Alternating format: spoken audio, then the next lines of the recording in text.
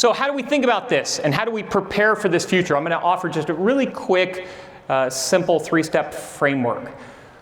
We need to guard against narrow predictions. We need to think about having a much wider lens on what the future can look like.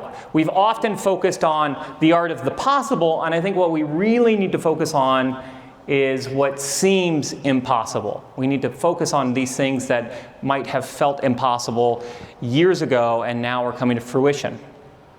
As I thought about guarding against narrow predictions, I couldn't help but think about my 16-year-old son who just started driving.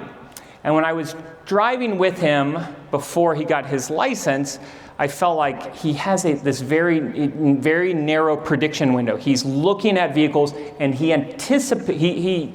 thinks that they're going to do what he is anticipating them to do. And as we all know, you have to anticipate the seemingly impossible. So sure enough, he got his license, and then he immediately hit a Hellcat. I didn't even know what a Hellcat was, but when your son hits one, you quickly learn how expensive they are and how expensive they are to replace.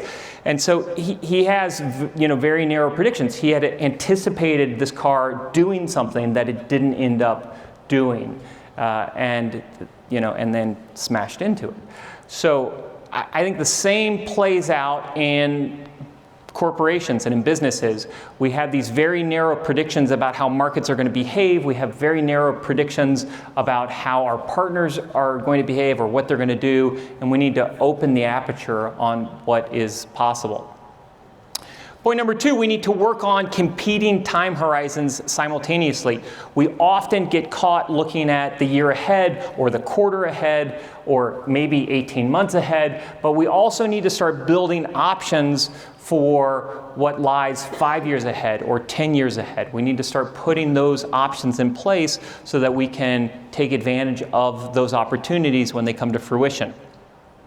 And point number 3, we need to make AI part of our team now. You have to figure out where it fits in your org chart. You need to figure out, again, what work is human by itself and what work should be augmented by other technologies.